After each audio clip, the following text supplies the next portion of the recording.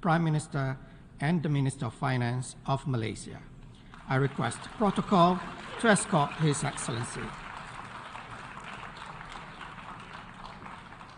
I have great pleasure in welcoming His Excellency Anwar Ibrahim, Prime Minister and Minister of Finance of Malaysia. I invite him to address the Assembly. Dipersilakan Yang Amat Berhormat.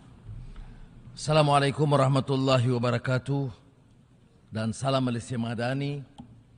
Izinkan saya bagi pihak negara dan rakyat Malaysia mengemukakan pandangan ke arah keamanan dan kesejahteraan sempena Perhimpunan Agung PBB New York September 2023. Mr. President, when this August Assembly was established almost 80 years ago, the world was still reeling from the horrors of a catastrophic bloodletting that our nations resolved should never be repeated. A decision profound in wisdom, magnanimous in intent, and bold in ambition was made so that the General Assembly would become the main deliberative, policy-making, and representative organ of the United Nations. A decision that manifested no less than the very strength and courage of our convictions. By giving equal voice to the sovereign nations of the world, the founders of the United Nations pursued a vision of a more democratic world predicated on the dictates of equity and justice. This was a vision that consigned to the past the predations of the strong of the weak, the strong over the weak, of the rich and powerful over the poor and the marginalized, and of the big powers over the rest. That vision, in my opinion, has been utterly shattered to pieces. Today, we find that the major powers and those that aspire to greater international status are increasingly casting the United Nations aside for smaller, supposedly more efficacious platforms. As the powers that be continue to pay lip service to the imperative of multilateralism, we see the emergence of minilateralism instead, effectively becoming fragmented configurations of power. Really impact nations, especially the smaller ones in the regions of conflict. The upshot is that we are confronted with a geopolitical and geostrategic dilemma. While the major powers continue to assure that a binary choice is not being imposed, the reality for many is that it is the only choice offered. Unchecked, this will ultimately lead once again to a world where the masses are unrepresented, where the few rule over the many, and the many resent the few. The lofty ideals and principles enshrined in the UN Charter call upon nations to resolve their disputes through peaceful means and refrain from the threat or use of force against the territorial integrity and sovereignty or political independence of any state. We condemned unequivocally the Russian invasion of Ukraine. This conflict in Ukraine, for example, underscores the imperative to make peace and settle differences amicably through negotiations. Nevertheless, time is not on our side. And owing to the protracted failure to deal with this Russian-Ukraine crisis, I urge for a concerted multilateral effort led by the United Nations to resolve this. We cannot choose our neighbors, but we can choose to live in peace with them. And peace cannot happen without the cessation of hostilities by all parties. It is imperative for all parties to return to dialogue and resolve their differences through the negotiation table. The extent of the Ukraine conflict has radiated throughout the world as food prices have skyrocketed, leading to shortages and hunger, further malnutrition and despair. As in other conflicts elsewhere, be it in the Middle East or Southeast Asia, forced migration take place, piling on the problems of refugees and statelessness. Mr. President, in the Middle East, the politics of dispossession continues with a vengeance, with more illegal built, stripping Palestinians of land that rightly belongs to them.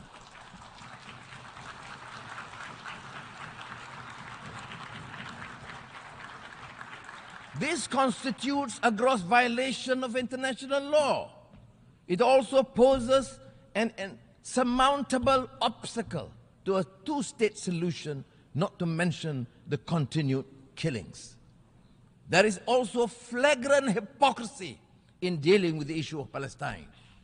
The international community must speak up against the atrocities committed towards the Palestinians, even as they so vehemently speak out against human rights violations, injustice, and abusive regimes. On Afghanistan, Malaysia remains deeply concerned with the dire humanitarian situation in the country. This is especially so given that the country is grappling with its third consecutive year of drought and devastating locust infestation that severely undermined wheat harvests. On our part, Malaysia is committed to continue its existing people-to-people relations with Afghanistan, including through the provision of humanitarian aid. However, we remain resolute and firm in our call on the authority of Afghanistan to reverse their exclusionary and discriminatory policies against women and girls, of the teachings of Islam, not to mention the UN Charter and the multilateral framework of human rights. They are also profoundly detrimental to the future of Afghanistan. Mr. President, we are deeply horrified by the continued post-coup violence and instability in Myanmar. This is currently among Southeast Asia's and ASEAN's biggest strategic and humanitarian challenges in recent years. The barbarism and depravity inflicted upon the people of Myanmar is indefensible and goes against the values or principles shared by the peoples and the region, in the region and globally. The support international community, including the United Nations, is crucial to urge continuously and maintain the necessary pressure on the military authorities to reverse their course. Inasmuch as the principle of ASEAN centrality dictates the continued atrocities must end, Malaysia calls on Myanmar to immediately implement the ASEAN 5-point consensus towards achieving peace and stability in the country.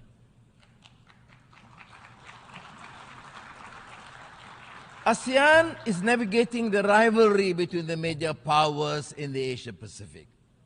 Malaysia believes that any strategy undertaken should neither start nor exacerbate a race for dominance.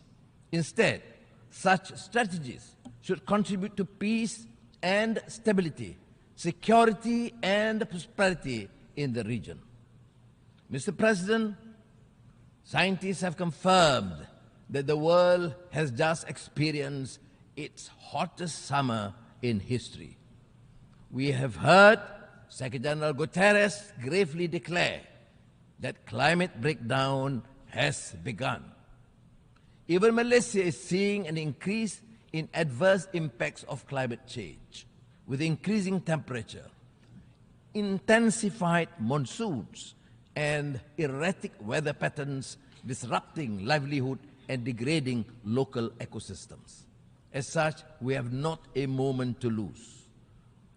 Malaysia is doing its part by developing low carbon and renewable energy roadmaps to implement mitigating and adaptation strategies.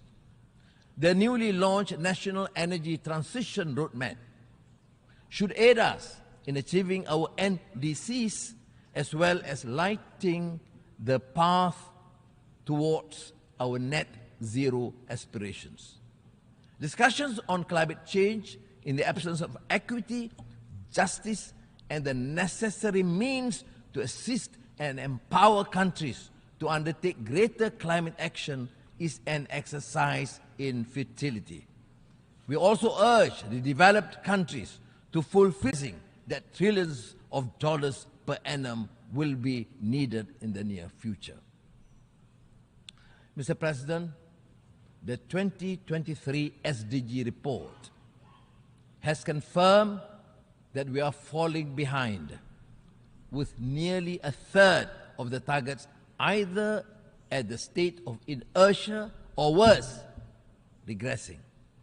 The global economy is also projected to continue to be weighed down by geopolitical uncertainties, supply chain disruptions, increase in commodity prices, as well as challenging financial conditions.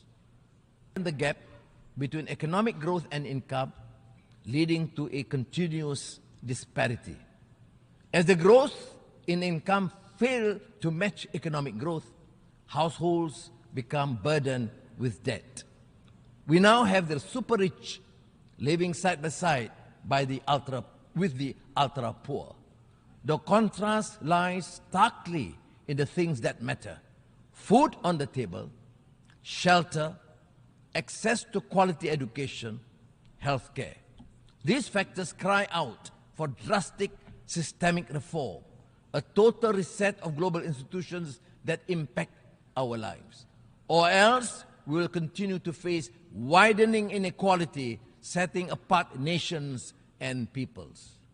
Mr. President, we are concerned over the emergence of a new form of racism characterized by xenophobia, negative profiling, and stereotyping of Muslims. This is manifested in an alarming trend of hatred, intolerance, and acts of violence against Muslims and their sanctities. We are appalled by the legitimization of these acts under the feeble defense of human rights. Quran burnings are nothing but a clear Islamophobic act intended to incite hatred.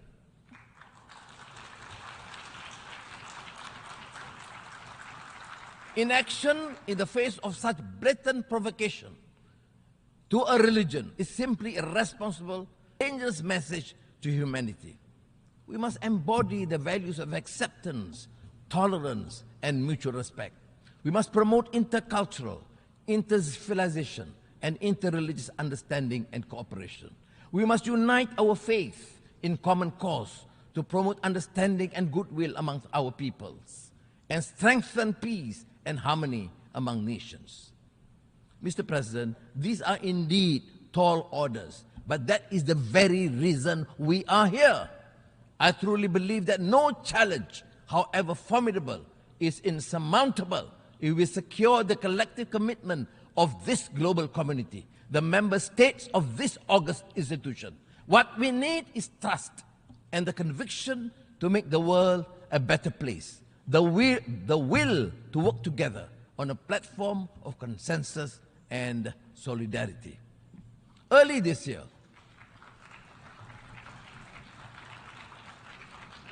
I introduced Malaysia Madani, a vision built on the pillars of core values that we believe are indispensable in any harmonious, thriving, and peaceful society. Compassion, ihsan and rahmah, respect, trust and amanah, innovation, prosperity, and sustainability. These basic principles and moral values also apply in the context of our relations with other countries.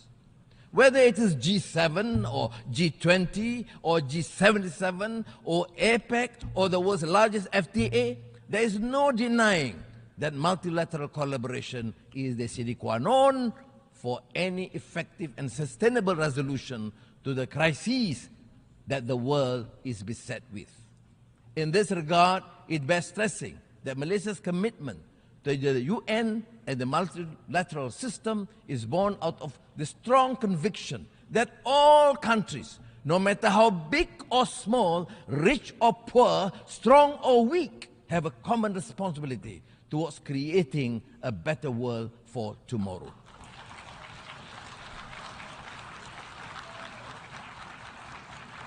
The world and our future in it is what we envision and construct it to be.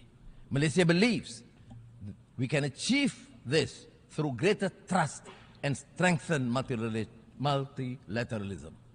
The United Nations can be the vessel to take us from despondency to a brighter future, from uncertainty to optimism, and from vulnerability to resilience. Terima kasih.